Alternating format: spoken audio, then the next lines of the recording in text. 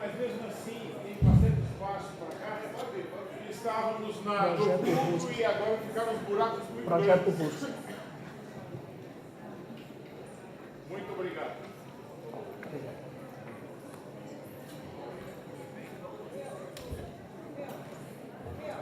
Bom dia, mais uma vez.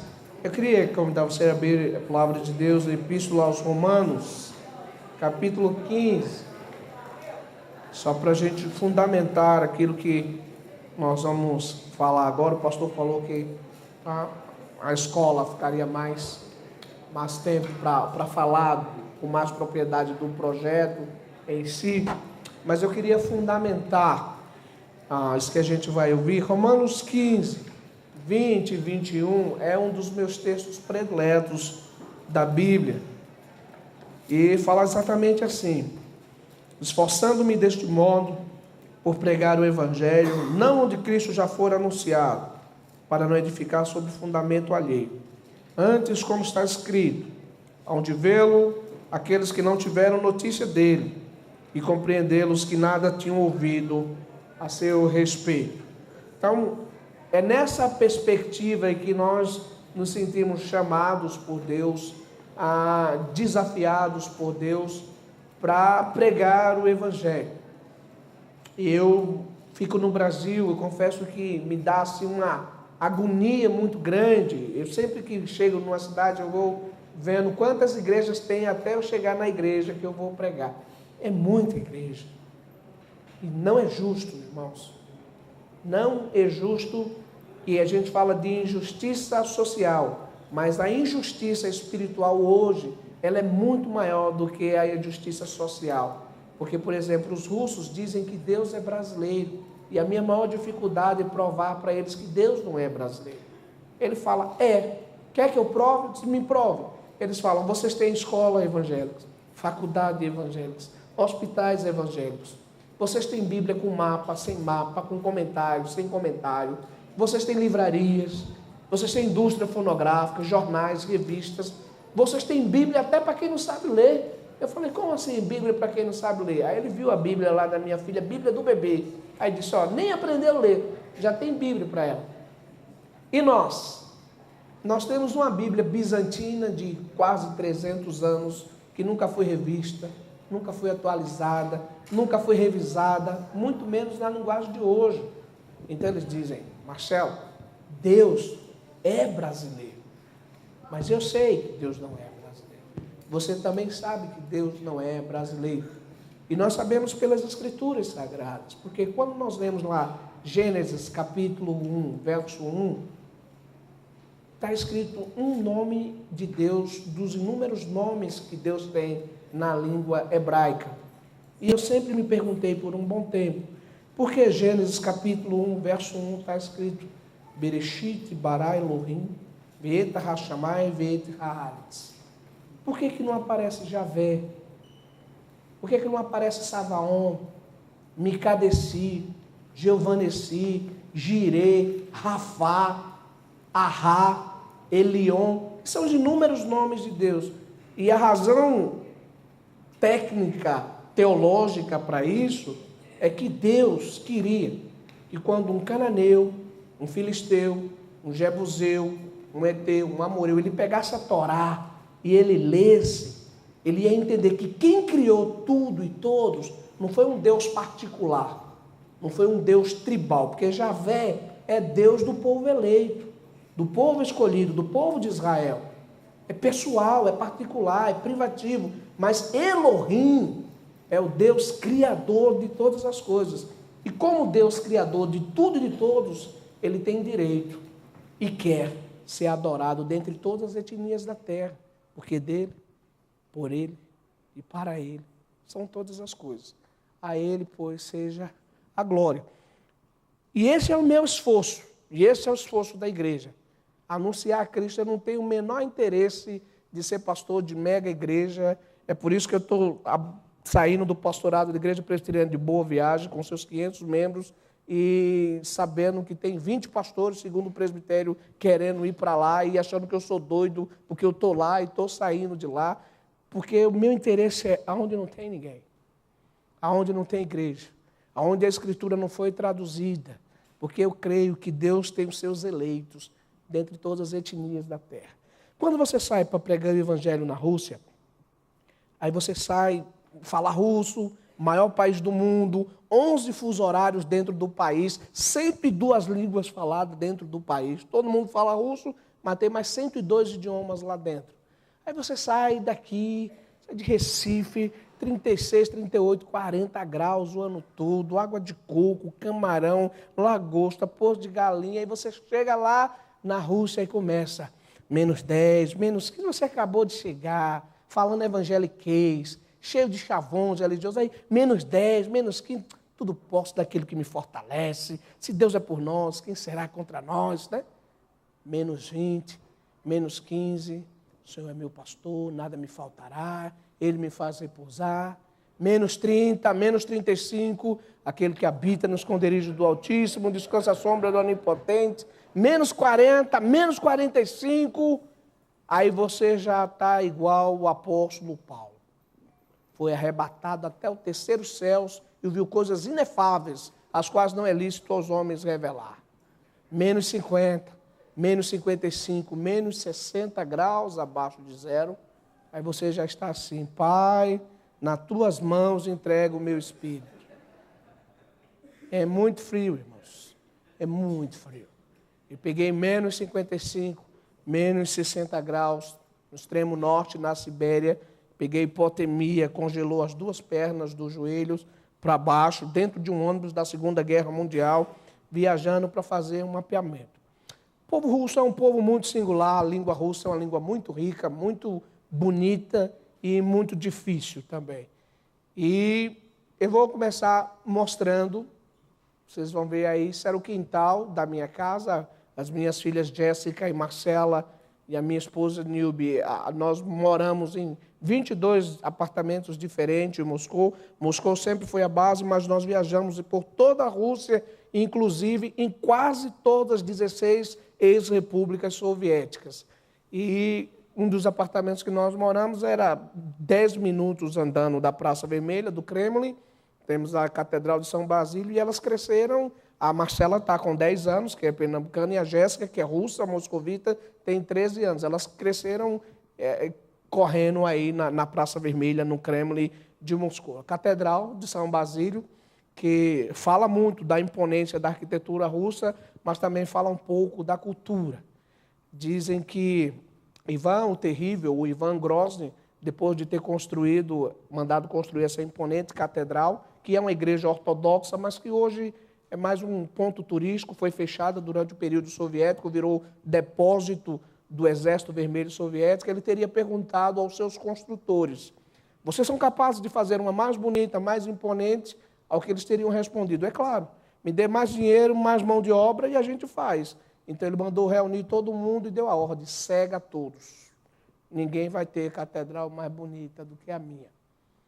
E quando eu ouvi essa história, eu ouvi de um professor que era titular da cátedra de física da MGU, e ele disse: eu vou falar uma coisa para você, mas eu vou falar porque você é meu amigo.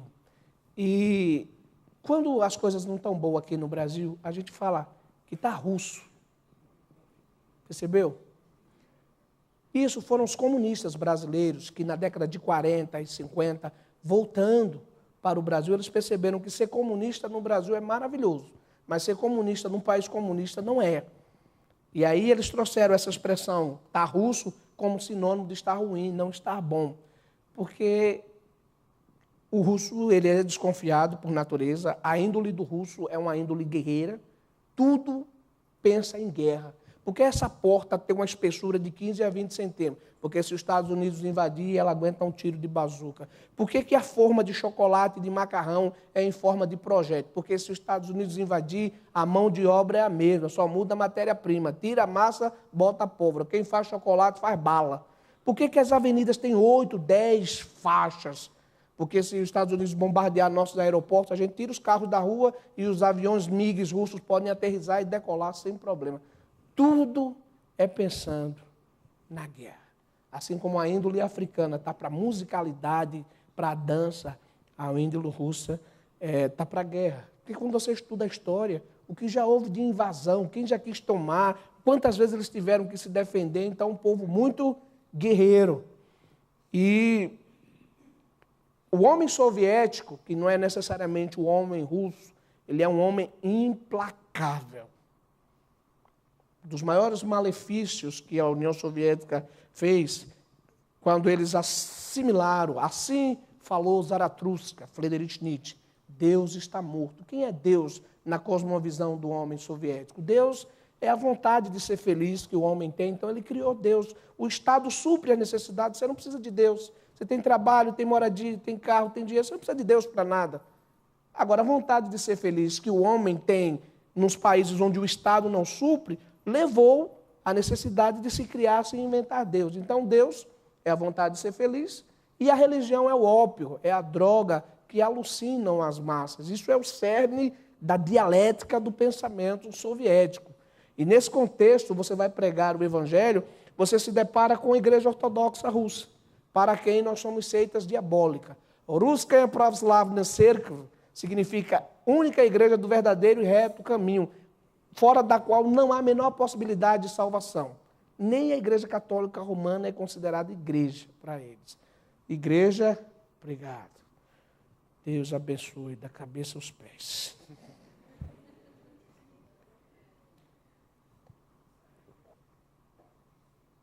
Então, eles falam que João Calvino é o pior demônio que saiu do inferno para atazanar a vida da igreja. Os ortodoxos dizem que nós somos seitas. Os comunistas dizem que nós somos fanáticos religiosos porque Deus não existe. Os extremistas querem que nós saiamos do país porque a mãe Rússia pertence só a eles. Se correr, o bicho pega, se ficar, o bicho come. Ou você tem problema com a máfia, ou você tem problema com a igreja ortodoxa, ou você tem problema com os comunistas ateus. É nesse contexto que a igreja russa não tem vez, não tem voz, não há seminário, não há institutos bíblicos. Quem tem alguma formação foi na Ucrânia ou nos Estados Unidos, mas não há. E isso impede a igreja crescer. Não pode comprar terra para construir igreja. Não pode alugar prédio com finalidade de culto. Não pode alugar escola, cinema, teatro, universidade. O único lugar permitido para aluguel de culto hoje são os night clubs nos cassinos. Então, espero que você não se escandalize com o que vai ouvir, mas se escandalizar, essa é a realidade. Tinha dia que nós estávamos chegando e as moças do striptease estavam saindo, e a gente ia ficar no mesmo palco. Tem dia que a gente estava terminando, tirando o equipamento, e elas já estavam se trocando, se alongando no mesmo palco que funciona. Por quê? Porque é da máfia. E a máfia não quer saber se é cristão ou se é não cristão. Pagando bem que mal tem. Né? Pagou, eles alugam. Então é o único lugar permitido que se aluga hoje para fazer culto. Fora disso, não tem como. Se você vai comprar um terreno, é para a igreja, não vende. Se vai alugar, é para a igreja, porque é proibido por lei. E nesse contexto, uma sociedade extremamente matriarcal. Vocês não sabem o que é um nordestino, caba da peste, que nem eu, morar 15 anos numa sociedade matriarcal. Não tem SAF lá, pastor. Não tem. Não dá. Nunca vi homem apanhar tanto na minha vida assim. Sentado. Apanha mesmo, de mão fechada. Aí eu fui pregar na segunda igreja batista de Moscou, a pedido do pastor Sergei Nikolai Ivanovich, e ele disse, eu quero que você fale sobre família. Essa foi a única igreja que não foi fechada no período soviético. Ela ficou aberta, ela está mais ou menos uns 1000 metros de distância da Praça Vermelha, porque eles queriam provar que era mentira, que diziam que a cortina de ferro por trás estava trucidando, matando o crente. Então era uma igreja vigiada pela KGB, e ela se mantinha lá. Então eu fui pregar lá na igreja, e para falar sobre a família. E o tema eram famílias que prevalecem, né? Baseado no Salmo, se o Senhor não edificar a casa e tal. E quando eu estou pregando, no meio da mensagem, a irmã levanta a mão lá e faz, isso é lá no Brasil. A minha avó mandava no meu avô, a minha mãe manda no meu pai, e lá em casa quem manda sou eu. No meio da mensagem. E você faz o quê? Sabe como é que a gente faz na Rússia? Cala a boca. Vai calar agora ou quer que eu vá lhe calar? Na benção. Não. Porque é assim, a mentalidade soviética, eles enaltecem a liderança, mão de ferro.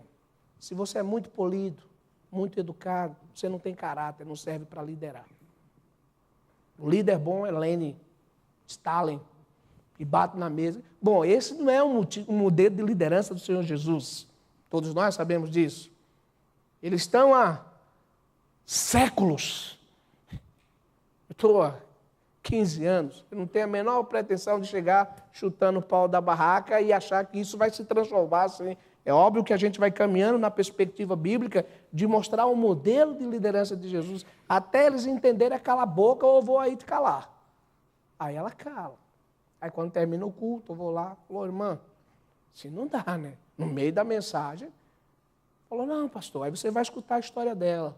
Ela acorda às 4h30 da manhã, sai para trabalhar, ela andando na rua, com seu casaco de pele, sua maquiagem, o seu penteado, você pensa que ela é secretária executiva da maior multinacional que tem em Moscou.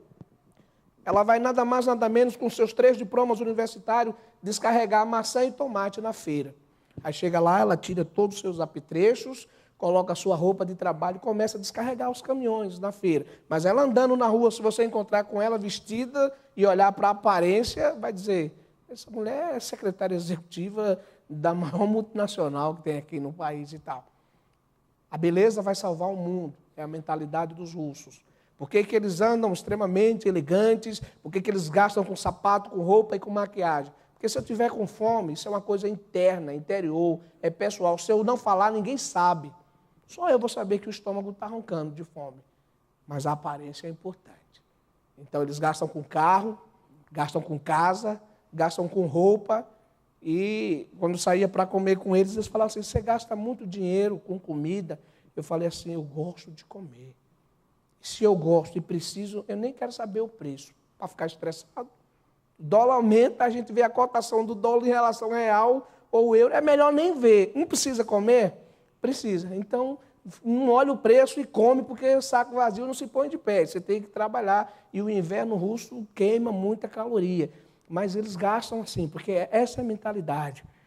Então, a gente ora para abrir delegacia para homem lá, precisa abrir. Eu nunca vi eles apanhar tanto. Eu vou conversar com ela, diz, eu levanto, eu saio de casa às 5h30 para trabalhar, eu educo os filhos, eu que boto comida, eu que arrumo a casa, eu que participo do processo educacional. Eu falo, seu marido faz o quê? Ele fica jogando xadrez e bebendo vodka. 6h da manhã ele já está bebendo vodka.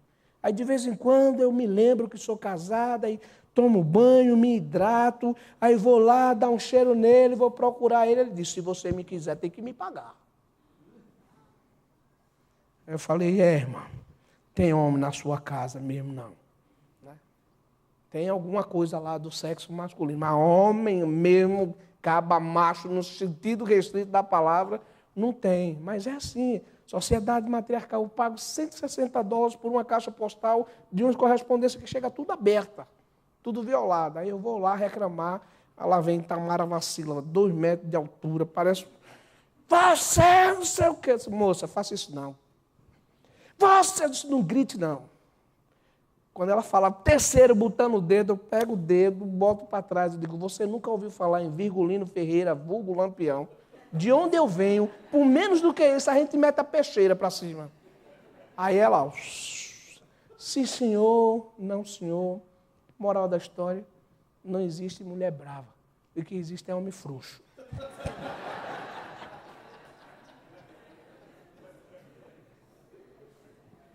E elas vão lá na nossa casa, e a Nilbe recebe e tal. Vamos começar a passar aí os slides? Pode passar, Nair. Os meninos não estão mais desse tamanho, não. Pode passar? Aí o projeto Gol, eu falei. A Bíblia faz tabela com o esporte para marcar o gol de placa entre os não alcançados da Rússia, Báltico e ex-União Soviética. Como eu fui jogador de futebol profissional, hoje sou técnico de futebol, sou capelão na FIFA para a Champions League, a gente usa a linguagem esportiva para trabalhar e de Bíblia na mão e com a bola no pé, é assim que nós estamos pegando o evangelho lá. O projeto Gol, eles já estão em pelo menos 9 ex-repúblicas soviéticas a partir de Moscou. Então, graças a Deus, tem vida própria e anda com as próprias pernas. Pode passar. E aí, a gente fazia um evento e o governo manda o pessoal ir lá me dar cobertura, porque, por falar russo fluentemente e conhecer a cidade, tudo quanto é jogador, pode ir passando, viu? Tudo quanto é jogador brasileiro que ia para lá, a partir do primeiro contrato que eu traduzi, eles diziam assim, procuram o Marcelo, porque é muito trambique que eles levam. Eles assinam um contrato por 3 anos, achando que está assinando por 1 ano, e acha que vai receber X e vai receber Y. E eu sempre traduzi os contratos de uma maneira ética, de uma maneira correta. Então, foi difundindo a ideia e tal. E aí chega jogador, pediatra para os filhos, escola, moradia, fazer feira, onde é que tem arroz, feijão e carne. Ia na embaixada. A embaixada dizia, ó, tem um pastor aqui que jogou bola, fala russo, conhece a cidade, é praticamente russo. Aí ia todo mundo para lá. E eu fazia todo o trabalho com eles. E aí eles queriam pagar. Sinceramente, irmãos, eu podia estar muito bem financeiramente, se eu quisesse, porque o futebol é um meio sujo e é um meio que dá muito dinheiro, muita grana. Então, eu estava acostumado a traduzir contrato de 5, 6 milhões e meio de euros. E eu podia ganhar em cima disso. Eles sabendo ou eles não sabendo. De um jeito ou de outro, eu podia ganhar muito. Tanto o jogador de futsal que menos ganha na Rússia, ganha $60 mil por mês. Nunca jogou na seleção brasileira. Então, não vou nem falar do futebol de campo, porque os donos são tudo MAFA e usam o futebol para lavar o dinheiro, entendeu? E os caras dependiam de mim para tudo, do Spartak, do Lokomotiva, do Sescar, do Zenit, campo e futsal. Então, a média de 55 jogadores brasileiros. E eu dizia assim, ó, o pagamento, eu quero que você vá lá na nossa reunião. Esse é o pagamento. Nunca cobrei nada deles. E dizia assim, ó, tem um projeto Gol, se você puder ir lá, autografar uma camisa, uma bola. Ele disse, não, eu posso fazer mais do que isso. Nós vamos dar todas as chuteiras, todas as bolas do projeto. E eu disse, olha, eu tenho uma caixa de Bíblia aqui, você pode levar no hotel e autografar. Então, eles autografavam a Bíblia, porque quando eu dava a Bíblia, o cara dizia assim, olha, papai mandou vir aqui, porque você foi jogador, você é treinador, você é brasileiro, o Brasil é o país do futebol. Então, quando você falar de futebol, é para ouvir tudo, porque é a chance da gente tirar o pé da lama. Mas esse negócio de Bíblia de Deus é para entrar pelo um ouvido e sair pelo outro. Então, eu estou aqui só por causa do futebol. Mas quando eu dava uma Bíblia para ele, ele jogava fora. Mas se a Bíblia viesse autografada por Kaká, Ronaldo, Roberto Carlos, Rivaldo, ele não só não jogava fora, como ele ia ler, ia levar para a escola, para a faculdade, e mostrar para todos os amigos que ele tinha uma Bíblia autografada por um astro do futebol mundial. E aí, nesse grupo aí, qual era o esquema? Era um concurso, tinha que ler o Evangelho de João, todo mundo. Quem lesse o Evangelho de João ganhava uma camisa de um clube profissional brasileiro autografado, uma bola, uma chuteira e um meião Adidas. Mas tinha que ler o Evangelho de João todo. Terminou de ler o Evangelho, eu tinha uma prova com 35 questões. Quem passasse acima da média ganhava, né?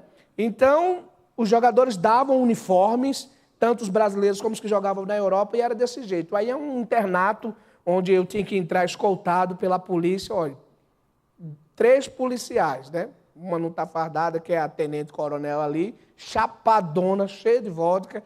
Eles dizem, brasileiro toma café, russo toma vodka.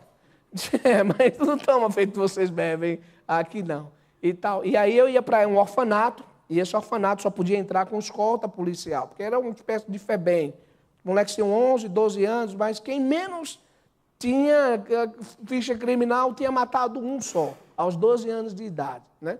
E aí eu tinha que entrar com escolta com elas, e elas ficavam lá no canto, cada uma com a pistola AK-44, assim, se você levantar a mão, a gente abre fogo. Eu digo, tá bom, graças a Deus, nunca precisou, porque eles diziam assim, você não recebe nada para cuidar da gente, você vem aqui no internato fazer um projeto esportivo e a gente sabe que você não ganha um tostão por isso, então deve ser verdade que você gosta da gente, porque você não é pago, eles não. Eles estão aqui porque é o trabalho deles, mas você ia assim, a gente ia. E aí os jogadores iam lá. Quem era crente, testemunhava, pregava. Quem era católico dizia assim, eu creio em Deus e ler a Bíblia é importante. Num país ateu, isso é muito valioso. Então, o que eu considero? Ao invés de cobrar dinheiro deles, quando eles iam lá, ia a imprensa, o projeto tinha uma visibilidade nacional e eu não gastava um tostão com isso, um centavo. Porque quando os astros do futebol iam, Wagner Love, Jô, Daniel Carvalho, Dudu Cearense, Paulo Paixão, preparador físico, e tantos outros, eles iam lá, a imprensa ia, filmava, fazia toda a cobertura, eu tinha propaganda na rádio, na TV, jornal, revista, sem gastar nada. Então, isso para mim não tem preço. Sem falar que os próprios jogadores começaram a se converter e as respectivas famílias. Pode ir passando. Esse orfanato aí foi uma questão muito interessante. Ele é no topo de uma montanha. Eu estava naquela casa amarela lá e nós tínhamos 350 órfãos. E os comunistas souberam que nós estávamos lá. Nós pagamos $5.000 para ficar quinta, sexta, sábado e domingo.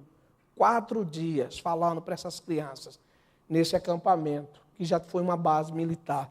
Então, o que ele fez? Na quinta-feira, de 1h da tarde, ele desligou a calefação. Desligou todo o aquecimento. A temperatura começou a cair, imagina, no topo da montanha, sem energia, sem aquecimento, com 350 crianças, inclusive as minhas, e a temperatura foi -10, -15, -20, -25. E acho que eu já peguei -55, -60, mas o pior frio que eu peguei foi esse aí, porque para as meninas não congelarem, a gente conseguiu. Os russos eles já estão mais habituados, mas as nossas não. Então, a gente passou a noite, pegava o lençol, botava dentro do forno, do fogão, tirava, cobria as meninas, tirava o outro que estava, botava dentro do forno, e a noite toda, até amanhecer o dia, para que elas não pegassem hipotermia, porque as pontas dos dedos já começaram a ficar roxas, e se vai escurecendo, a necrose é muito perigosa e tal, e perder orelha, perder nariz, como a gente já viu lá. Então, e quando foi no outro dia, eu fui conversar com ele, ele falou assim, eu esqueci de ligar a chave. A gente sabia que ele não tinha esquecido, sabia que ele tinha feito de propósito. O russo, o homem soviético, ele é assim, você prega o evangelho, ele vai te testar na hora. Vai testar na hora. Está escrito na Bíblia, se uma coisa mortífera comeres ou beberes não vos fará mal. Tá, é verdade, é. Você crê nisso? Creio. Eu tenho aqui uma taça de ácido sulfúrico e cianureto. Bebe, se tu creres. É assim. Vladimir fica a 250 quilômetros de Moscou. Eu fui pregar numa igreja de origem coreana, pastor Li Vladimir Samborovich, no 7º Dan de Taekwondo. Todos os diáconos da igreja, todos os 10, faixa pretas de karatê e de taekwondo. E eu fui pregar, já tinha pregado o primeiro pregador, eu era o segundo, e ele ia celebrar a Eucaristia. A média de 3 pregadores por culto. E quando eu estou pregando lá, tem um homem sentado lá atrás. Sentado, ele tem 1,98 m de altura, sentado. E de repente ele levanta, aquele homenzarrão, faz, pregador, isso que você está pregando é para valer? Você está falando do amor de Deus? Eu disse, é para valer. Você crê nisso? Ou isso aí é conversa fiada? Eu disse, não, eu creio de todo o coração. Eu estou vendo aqui, se ferir um lado direito, dá o esquerdo. É verdade? É. Você crê nisso? Creio. Ele regaça a camisa e faz, qual é o primeiro lado que você vai dar? Vem andando na minha direção, dobra o punho da camisa assim, serra o punho, aproximadamente 2,10 m, 2,12 m de altura. E aí os 10 diáconos pulam em posição marcial para cima dele. O pastor Lee levanta, repreende os 10 diáconos, manda todos os 10 sentar e diz, aqui a gente prega o evangelho para valer, porque a Bíblia é a verdade. Mas ele é pastor visitante, pastor da igreja sou eu. Portanto, se alguém vai apanhar hoje aqui, esse alguém sou eu. E aí ele ficou na minha frente. Ele cerrou o punho, deu a primeira bofetada, quebrou o nariz dele. A camisa dele era branca, da cor do náutico, vermelha e branca. Voou o vinho, o pão da ceia, os arranjos de flores. Caiu ele, caiu eu. Eu ajudei a levantar, vi que o nariz dele estava quebrado. Ele enxugou o sangue, se levantou, ficou na minha frente e disse, Jesus ama você. E aqui a gente prega o evangelho para valer. Deu o outro lado. Ele cerrou o punho, deu a segunda bofetada de novo. Ele caiu, eu caiu. Todo mundo, ele levantou, enxugou o sangue e disse, Jesus ama você. E aqui a gente vive e prega o evangelho para valer. Ele limpou o punho na toalha da mesa e disse, parece que aqui vocês não brincam de ser crente, não. Vocês são crentes mesmo. Passar bem. Foi embora. Está chocado? Muita gente fica chocada, porque diz que depois de um testemunho desse, Deus teria a obrigação de fazer aquele cara cair endemoniado e botar a mão na cabeça dele e orar. E ele, irmãos, Deus não é obrigado a nada. Deus faz o que Ele quer, na sua soberania, quando Ele quer. E quando Ele viu Paulo ser decapitado, Tiago ser cerrado no meio, e ele ficou lá e esperou e deixou acontecer em sua soberania. E eu conversando com o pastor Lee, ele disse, Marcelo, às vezes eu escuto e é mais duro algumas palavras que eu ouço do que as 2 bofetadas que eu levei. Porque alguns disseram assim, por que o senhor não deu um golpe nele de taekwondo? Só umzinho, a gente queria dar muito, mas dava só um. Ele falou, porque a Bíblia não diz que era para dar um. Mas por que o senhor não se esquivou? Porque a Bíblia não diz que é para se esquivar. Porque o senhor não segurou ele. A gente dá uma coça nele, mas segurar, porque a Bíblia não diz que é para segurar. A Bíblia diz, se ferir o direito, dá o esquerdo. Se levar a túnica, deixa levar a capa também. E aqui a gente prega e vive o Evangelho. Passaram-se 3 anos e meio. Depois de 3 anos e meio, eu fui chamado para ir jogar no jogo beneficente em Ekaterimburgo. E o Lee foi comigo. E o Vitor Padluznik e o Sacha. E nós tínhamos alugado um ginásio, era um torneio de futsal evangelístico beneficente. E quando nós chegamos lá, os comunistas vieram e disseram, fanáticos religiosos aqui nessa cidade, não. A gente já está ouvindo o que vocês têm feito lá em Moscou, mas aqui vocês não vão fazer. E aí vetou o uso do ginásio, nós já tínhamos pago, e eles não devolveram o dinheiro, e como é que faz? E aí alguém falou, disse, olha, a autoridade máxima que é o presidente do Comitê Olímpico, se ele autorizar, então apelamos para a autoridade máxima. E a gente foi falar com o presidente e fomos apresentados nos seguintes termos, olha, esses charlatões, fanáticos religiosos e roubadores do povo chegaram na nossa cidade e nós não vamos permitir que eles façam nenhum evento aqui. O evento era sexta, sábado e domingo. E, para nossa surpresa, lá no birô, sentado, 1,98 m de altura, sentado, era aquele mesmo homem que tinha esbofeteado o Lir, era o presidente do Comitê Olímpico de Ekaterimburgo. Ele levanta a cabeça, escrevendo, ele olha e ele faz. Esses homens não são charlatões, nem são fanáticos religiosos. Eles também não estão enganando o povo. Eles vivem a mensagem que eles pregam. Eu sou testemunha ocular disso. Levantou-se, está aqui a chave do ginásio, deu uma canetada, carimbou, está aqui a autorização, o ginásio é de vocês. E para nós aqui de Ekaterimburgo, é uma honra receber homens como vocês aqui. Depois de 3 anos e meio. Soberania de Deus. Na hora que Ele quer, no tempo dele, Ele faz.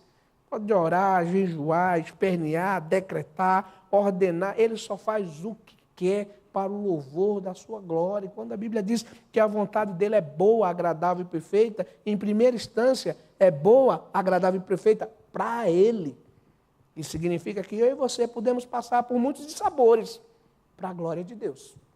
E que glorifica a Deus. E aí nós fizemos o evento, e naqueles 3 dias, aproximadamente, 75 pessoas confessaram Jesus como Senhor e Salvador da sua vida. Depois de 3 anos e meio, um homem disse, se precisar quebrar o nariz, eu quebro para a glória de Deus. Se precisar ser desmoralizado publicamente, na frente da esposa e do rebanho, eu sou desmoralizado para a glória de Deus. Se glorifica a Deus. Se Deus permitiu que ele entrasse na igreja e viesse me esbofetear, eu vou glorificar a Deus desse jeito também. A gente sabe que em outros contextos a gente ia dizer assim, não, eu sou crente, mas eu também sou homem e não pisa no meu calo não, que, entendeu? Bateu, levou. Mas um homem decidiu que Deus fosse glorificado. A gente sabe que o sangue dos mártires é a semente da igreja.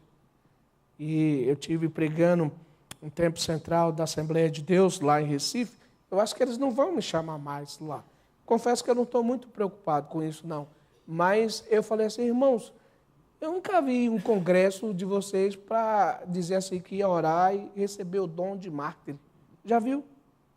Já foi algum encontro, algum congresso? Mas está na Bíblia. Tem dom. Testemunha. Atos 1:8. Martíria. Martíria do grego deu origem à palavra mártir. Ou seja, Deus espera que a gente testemunhe em Jerusalém, Judeia, Samaria, até os confins da terra. E esse testemunho, se preciso for, ele é testemunho com sangue, mas o nome de Cristo não deixa de ser glorificado nem pregado. Mas eu nunca fui para um congresso para dizer assim, eu vou botar a mão, você vai ter o dom de mártir. Eu fiz a minha opção. Eu vou morrer um dia. Não sei qual é o número da minha ficha, da minha senha. Eu sei que eu estou na fila. E não sou o único. Todos nós estamos na fila. A gente não sabe a senha que vai ser chamado. O Edu não esperava que pousando no Guarujá, ele iria ser chamado. Mas foi, com todos os seus amigos que estavam com ele. Então eu falei, Deus, já que eu vou morrer, e eu não tenho a opção de não morrer, se é para morrer, eu prefiro morrer pregando a tua palavra. Para mim é um jeito maravilhoso de morrer e satisfatório. Morrer servindo a Deus. Eu lembro o reverendo Dom Noel Heller, foi pastor da Igreja Presbiteriana Unida aqui em São Paulo, partiu para o Senhor segurando o cálice da Santa Ceia, pregando a palavra na Igreja Presbiteriana Unida. Jeito maravilhoso para mim de morrer. Ou então, Jim Elliot, que em 1955, junto com seus 4 amigos, foi dizimado na Amazonas equatorianas pelos índios Aucas e partiu para o Senhor pregando a palavra de Deus, dizendo para o seu algoz e assassino, eu sou seu único e verdadeiro amigo e vim falar do amor de Cristo para você. E foi para a glória desse jeito. Eu prefiro assim. Como é que eu vou morrer?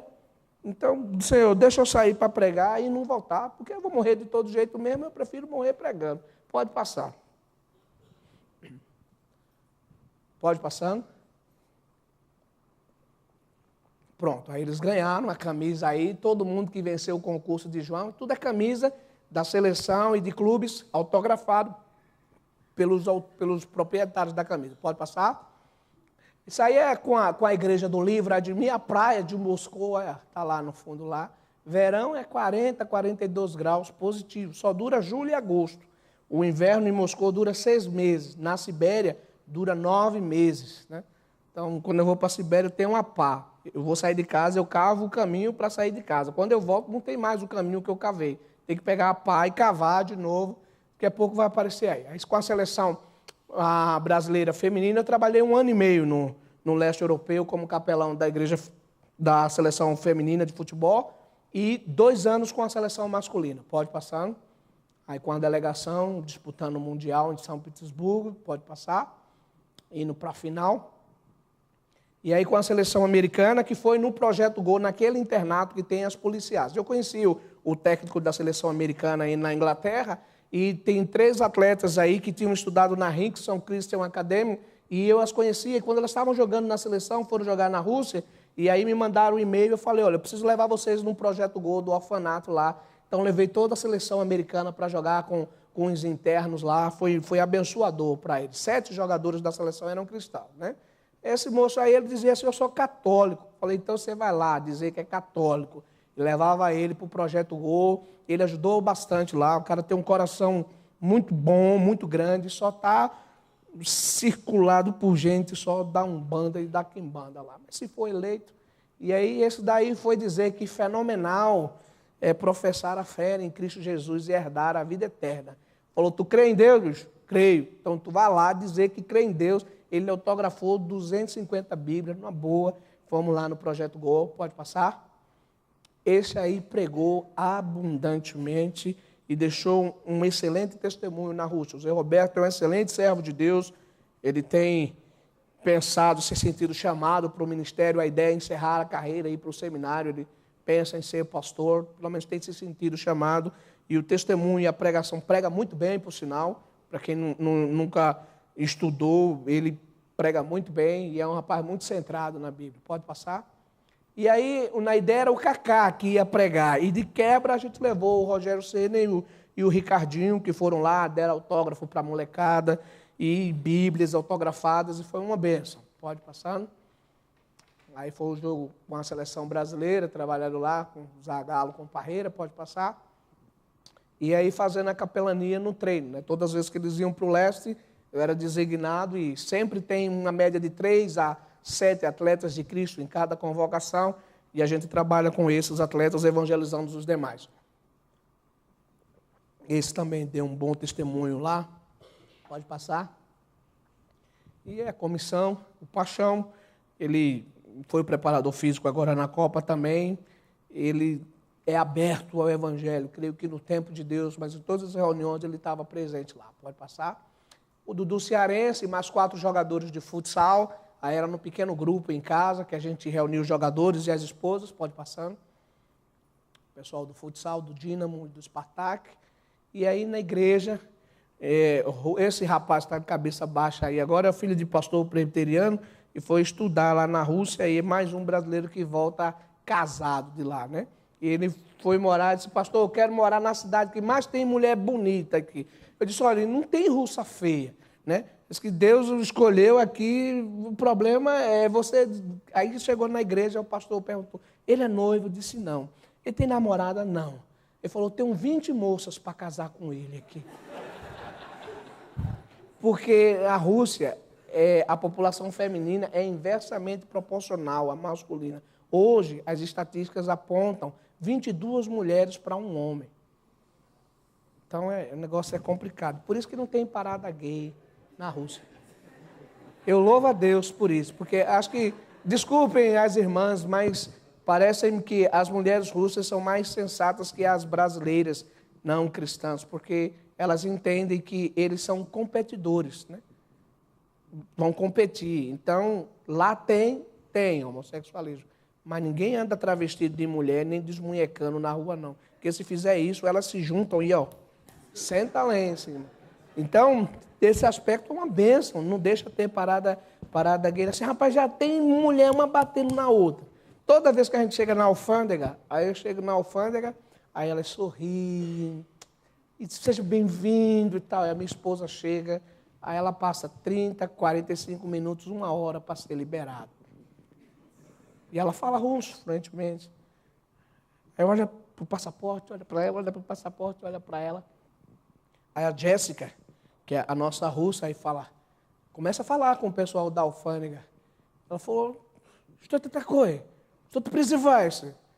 Que problema? Por que você está barrando minha mãe? Aí ela responde, é simples. Seu pai é homem, é bem-vindo à Rússia. Sua mãe é mulher.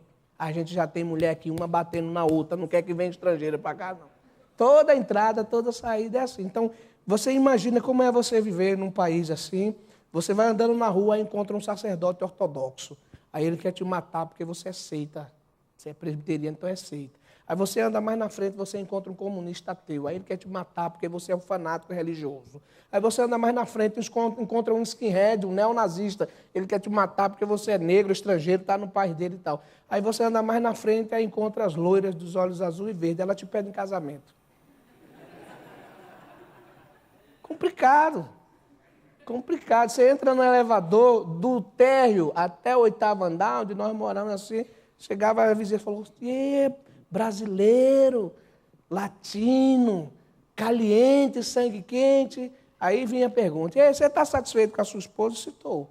Não, porque eu, por exemplo, eu tenho 2 namorados, eu quero dizer que estou aberta para mais um, especialmente se for latino, brasileiro, como você. Carnaval, futebol, tudo de bom. Então, isso é a coisa mais comum do mundo. Eu nunca vi um homem dar uma cantada numa mulher na Rússia. Nunca. Vi estrangeiros. Nacional, nunca vi. Mas eu nunca vi um homem passar na rua e uma mulher russa não dar uma cantada nele. Então, lá, a polaridade é invertida. Na universidade, de manhã, a moça está com um namorado, de tarde está com outro. Quem pula a cerca São as ladies lá. Então, um problema terrível, porque os caras bebem vodka, só faz beber vodka e pronto. Então, qualquer estrangeiro é pretendente a casamento lá na Rússia. Aí o Sam foi lá, aí ele foi para Belgorod. Só Deus salva Israel. É o lugar com o maior índice de mulher bonita por metro quadrado. Aí, da gente, ele disse, pastor, ora aí, porque o meu problema é vou escolher qual delas aqui, né? Qual que eu vou? Agora está morando em Vitória do Espírito Santo lá com a brasileira, tive com ele semana passada. Então é mais um brasileiro que foi para lá. Eu tenho o pessoal solteiro, vocacionado aí, eu tenho uma série de fotos assim, de moças cristãs, dizendo, ô pastor, só vem missionário casado para cá, a gente ama o Brasil, manda missionário solteiro aqui para nós, porque ele faz a obra em casa com a gente também e tal. Então, agora eu só recomendo se o cara for caba macho. Se for frouxo, eu não recomendo não, porque vai apanhar. Tem um amigo da Jocum, tem 1,90 m de altura, na verdade ele é presbiteriano, igreja presbiteriana de Pombal, está na Sibéria. Eu falo, mas rapaz, tu está na igreja presbiteriana, saiu, foi para Jocum, está desviado do evangelho, está brincando com ele e tal. E aí ele casou com uma moscovita. Se russa é braba, moscovita é o top do top do top. A macha. E ele come pra caramba. Aí eu falei assim, rapaz, essa mulher não sabe fazer feijoada. Essa mulher não sabe fazer um cuscuz com a macaxeira, com charque, um frutapão, essas coisas lá do Nordeste. O café é cevado. Eu disse, isso vai dar bronca. Eu falei, Tibério, vem cá, rapaz, não vai nessa não. Tu, um cara que gosta muito de comer e tal. Se botar açúcar na pedra, tu comes. Ela queima água fazendo café, Tibério. Não, professor. Casou. 2 meses de casado, o telefone toca. Vem aqui, senão eu mato essa mulher. Vai eu pego o carro, 11 horas da noite, nevando. Chega lá, tá ela sentada assim. Gritou, fala para ela, pastor. Lá na Paraíba, a gente mete a peixeira para cima no bucho, por menos do que isso. Que homem não leva grito de mulher que dirá abanar a mão na cara assim. Aí ela falou, mas meu Deus, macho, eu te avisei. Te avisei. Eu falei, que foi que você fez? Peguei pelos cabelos, sentei no banco lá e disse, vem cá que agora eu vou botar os pingos nos i. Aprendeu a fazer feijoada, rabada, cuscuz, macaxeira. Para mim nem é russa mais, eu vou comer na casa dela, virou brasileira. Aí ele disse assim, quem diria que eu ia botar cabrecho numa... Pois é, rapaz. Mas é assim, irmãos. Então, uma cultura extremamente interessante de um povo que... Pode avançar, por favor. 11h15. Pode avançar, avança mais, por favor. Essa igreja aí que eu falei, que a irmã levantou lá e disse, o meu avô mandava, minha avó mandava no meu avô, a minha mãe mandava no meu pai, e que lá em casa foi nessa igreja aí. Pode passar? Olha o pastor Sacha lá, pode passando? Pode passar? Essa igreja, a Igreja Emanuel, esse pastor já teve no Brasil. E é a única igreja que ela reúne num teatro. Pode passando, vocês vão ver, a igreja é um teatro grande, ele é um pastor ucraniano, e por um milagre que a gente não consegue entender, ninguém conseguiu tirar ele desse teatro, já tentaram. Aí é um quarto de hotel. Nós estamos reunidos num quarto de hotel. Tiramos o guarda-roupa, tiramos a cama, todos os móveis, está tudo no corredor. Aí fizemos o culto, quando termina tem que botar toda a mobília de novo, porque é um quarto de hotel, é um quarto duplo. O povo do lado de fora aí, por quê? É o lugar que dava para reunir com uma igreja depois de ter sido despejada 20 vezes. Pode ir passando. E aí, a Jéssica está do meu lado e eu estou sem camisa lá, mas vocês estão percebendo que só quem está sem casaco sou eu. A -8, -9 aí dentro, porque os caras desligaram a calefação. E tinha uma pessoa que eu tinha levado, mas ele começou a sentir muito frio. Então eu tive que tirar meu casaco, dar para ele poder ficar no culto lá. Pode passar. Aí faz frio. Percebeu porque eu não encontrei o frio de Campinas aí? -55 graus abaixo de zero. Extremo norte da Rússia. Ó, a casa que eu falei que eu tenho que... Eu cavei e tinha um caminho quando eu saí. Eu voltei para casa, não consigo entrar. Essas casas, elas são construídas com troncos inteiros de árvores, para poder suportar o peso da neve. Não é pega o tronco e serra, não. É o tronco inteiro. Imagina, cada casa dessa, quantas árvores não são derrubadas para construir, né? Pode passar. A Nilbe indo para a escola dominical. Pode passar. As crianças só ficam com os olhos do lado de fora lá. Elas gostam porque diz que com essa roupa pode dar palmada à vontade, que elas não sentem. Olha, tem que sair, acordar 2 horas antes. 45 minutos é só para desenterrar o carro. Tirar ele debaixo da neve, fazer o motor pegar para poder sair. Pode passar? Aí a Sibéria, o Agripino foi visitar a gente lá, pode passando. Morreu de frio lá, coitado. O casaco não dava nele direito, aí pode passando. E aí ele estava lá em casa conosco, pode passar. Menos 20, pai, bora brincar. Não fica dentro de casa. Não, a gente quer brincar, tem que descer para brincar com ela. Pode passar? Pode ir avançando aí. Pronto, a Nilbe já é uma foto mais recente, pode passar. A Jéssica agora, a minha russa aí com 13 anos, lindona, pode passar. E aí a minha mãe disse que sou eu de saia, né? Marcelinho e tal, pode passar. Que a Jéssica é a cara da mãe, é os gostos da mãe, o temperamento da mãe. Minha esposa muito calma, muito tranquila. Está estourando a Terceira Guerra Mundial, ela está ali na diplomacia, na tranquilidade. E a russa gritando, não tem problema, nós vamos resolver e tal. Eu já não sou tão paciente assim, vocês já devem ter percebido, né? Pode passar? Ok, irmãos, eu quero falar de uma coisa que aconteceu comigo na Chechênia. Eu recebi um convite para ir à Chechênia, e eles disseram que eu tinha 48 horas para entrar e para sair. Eu peguei o avião, desci, peguei o trem, peguei o ônibus, andei a cavalo, e encontrei com 2 irmãos, um com uma Bíblia na mão, outro com uma metralhadora na outra. Eles falaram, nós vamos te escoltar pela montanha, colocamos você lá, 48 horas a gente garante. Depois disso, está por conta própria. É entrar e sair. Mas, na verdade, tinha uma etnia curda lá, descendente dos curdos, que eram 380 pessoas, que eu sabia que eram povos não alcançados. Eles não queriam pastor, nem o missionário, nem o pregador, eles queriam o jogador. A ideia era ir jogar. E eu peguei todo o meu equipamento, então fui para jogar. Quando eu cheguei lá, começou a nevar, menos 10, menos 12, nevando. Eu falei, não dá para jogar futebol desse jeito. Pelo menos futebol. Você pode correr atrás da bola, mas não dá para jogar. Mas eu tinha que jogar. Tinha um missionário americano comigo e um coreano, mas eles não jogaram. Então a ideia, tu jogas e depois pregas. Como eles não jogaram, não iam pregar. Quem ia pregar era eu. E aí jogamos, 15 minutos de jogo, 1-0, 25 minutos, 2-0. E aí eu vou aproveitar que a neve é fofinha, o cara dá um cruzamento lá, mata no peito, vira de bicicleta, aí os justos foram uma loucura lá, né? 3-0. Terminou o jogo, eu disse, agora eu quero pregar. Você jogou, ainda mais o time ganhou, você faz o que você quiser agora. Aí reuniu o pessoal lá no balcão, a Bíblia, Evangelho de João, disse Jesus, eu sou a luz do mundo, quem me segue não andará nas trevas.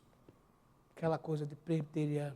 Me lembrei do meu tempo lá de ESPN, Seminário Presbiteriano do Norte, introdução, elucidação, primeiro ponto, segundo ponto, terceiro ponto, conclusão, exegese do texto amarradazinha, preguei. Quando eu termino de pregar, tem um homem lá atrás que eu não vi durante o jogo todo.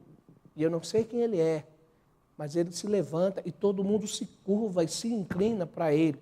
Eu não sabia quem ele é, mas eu entendi que ele era o cara. E ele vem andando na minha direção.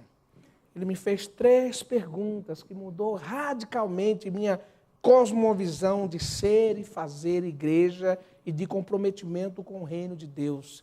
Ele veio andando na minha direção, me pegou pela gola do terno, do casaco assim, e disse, há quanto tempo você é crente? Eu disse, 3 gerações na minha família, a minha mãe saiu da escola dominical para a maternidade, segundo a eleição em Cristo Jesus, eu sou crente desde o ventre materno. Ele fez a segunda pergunta, me sufocando mais ainda. Há quanto tempo você sabe que nós existimos? Eu falei, desde a minha adolescência. Comecei a estudar geografia, história mundial. Eu sei da existência de vocês enquanto etnia, habitando uma república da União Socialista Soviética.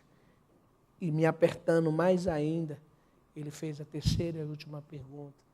Ele disse, se você é crente há muito tempo, se há muito tempo você sabe que nós existimos, porque só agora você veio.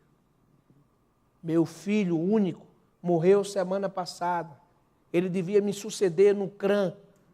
Morreu nos meus braços. Suas últimas palavras, pai, eu estou com medo, está escuro, me dá luz, eu preciso de luz. O tema do meu sermão, disse Jesus, eu sou a luz do mundo. E quase que me sufocando, ele disse, por que só agora você veio? Para o meu filho e muito do meu povo, é tarde demais. E aí eu pensei na minha dogmática, na minha sistemática, na exegese, minha teologia reformada. Eu queria um buraco no chão, só queria isso. A me enfiar dentro dele, porque se eu quisesse ser sincero com aquele homem, eu ia ter que admitir que eu só cheguei agora, porque mesmo sendo crente há muito tempo, Deus não era prioridade na minha vida, e nem eu buscava o reino de Deus em primeiro lugar. Eu tinha fama de sucesso, de glória, de poder, de dinheiro. Eu tinha tantas outras coisas que eram prioridades para mim e que me faziam com que eu não buscasse o reino de Deus e a sua justiça. Se eu fosse ser sincero com ele, só era isso que eu podia dizer. É por isso que eu cheguei agora. E ele insistia, porque só agora você veio. Muda a cultura, muda a língua, muda os relatos missionários.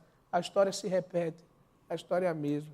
Se você é crente há muito tempo, porque só agora você veio. E eu falei, Deus, eu já vivi demais para a minha própria glória. E eu não tenho outra ambição, nem anseio na vida, senão viver para a glória de Deus e cumprir aquilo para o qual fui criado. Porque a pergunta primária do catecismo é qual é o fim principal do homem? E a resposta acertada a essa pergunta é glorificar a Deus e gozá-lo para sempre. Foi para trabalhar, ter sucesso, estudar, ser pós-graduado, casar, constituir. Isso não em primeira instância. Eu e você fomos criados para a glória de Deus. Se o que fazemos e a nossa existência glorifica a Deus, a gente está no propósito. Mas se não é assim, estamos equivocados na nossa maneira de viver e existir. E eu disse a Deus que eu não vou chegar mais atrasado.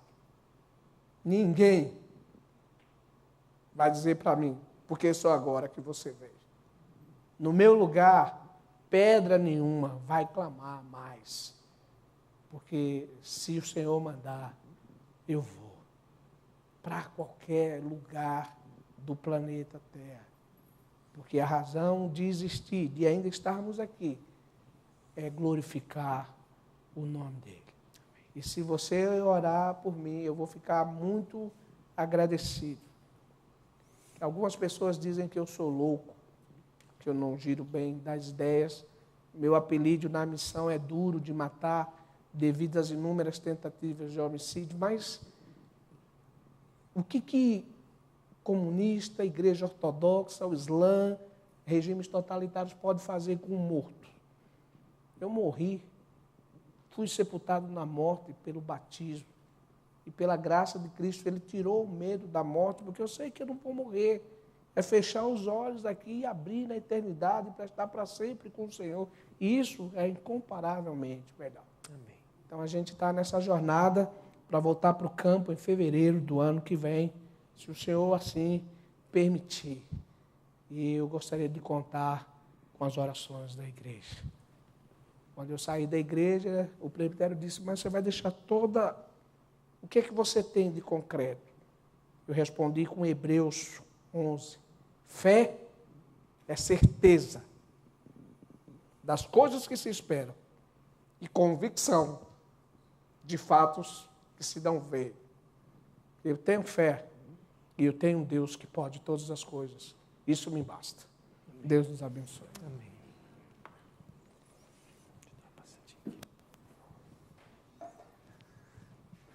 Então vamos orar a Deus. Marcelo, vem cá. Eu queria convidar alguns irmãos da igreja a virem aqui ao lado do Marcelo também, para estarmos ao lado dele e também da família dele, que estão com esse projeto de voltar para o campo que Deus colocou para eles, né?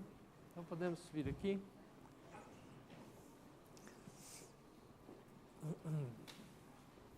Vamos ficar todos de pé também?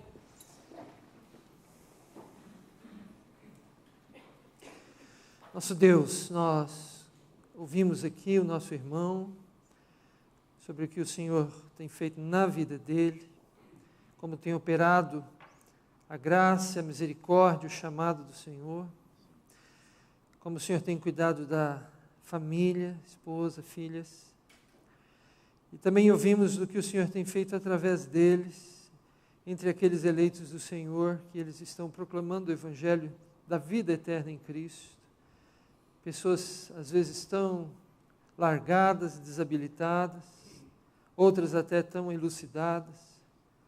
E nós clamamos porque sabemos que o Senhor é com eles, é conosco, e haverá de suprir em Cristo Jesus cada uma das necessidades do Marcelo, dessa visão que o Senhor tem dado a ele, da sua vida, da sua família, das igrejas, ó Deus, que já estão lá plantadas pelo ministério dele. E pedimos que a graça do Senhor continue, ó Deus, a se multiplicar para a glória do nome de Jesus Cristo, para o avanço do Evangelho, para a salvação de vidas, para a transformação de pessoas, ó Deus, pelo poder que há em Cristo Jesus. Guarda o nosso irmão, sustenta-o, e a nós também, na mesma caminhada aqui onde estamos, que estejamos com os mesmos propósitos benditos, sustentados pelo mesmo poder do Evangelho e da pessoa de Jesus, no nome de quem nós oramos. Amém. Amém. Amém. À noite o pastor Marcelo vai também estar conosco, nos trazendo a mensagem. Todos estão convidados a voltar a estarmos juntos. Que Deus nos abençoe a todos. Tenhamos um bom dia. Da cidade.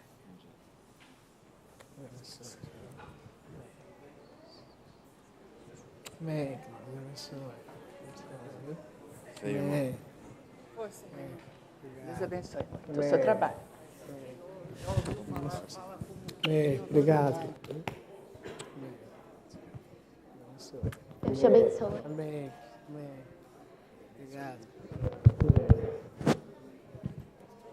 Obrigado. Obrigado também. Deus abençoe. Amém.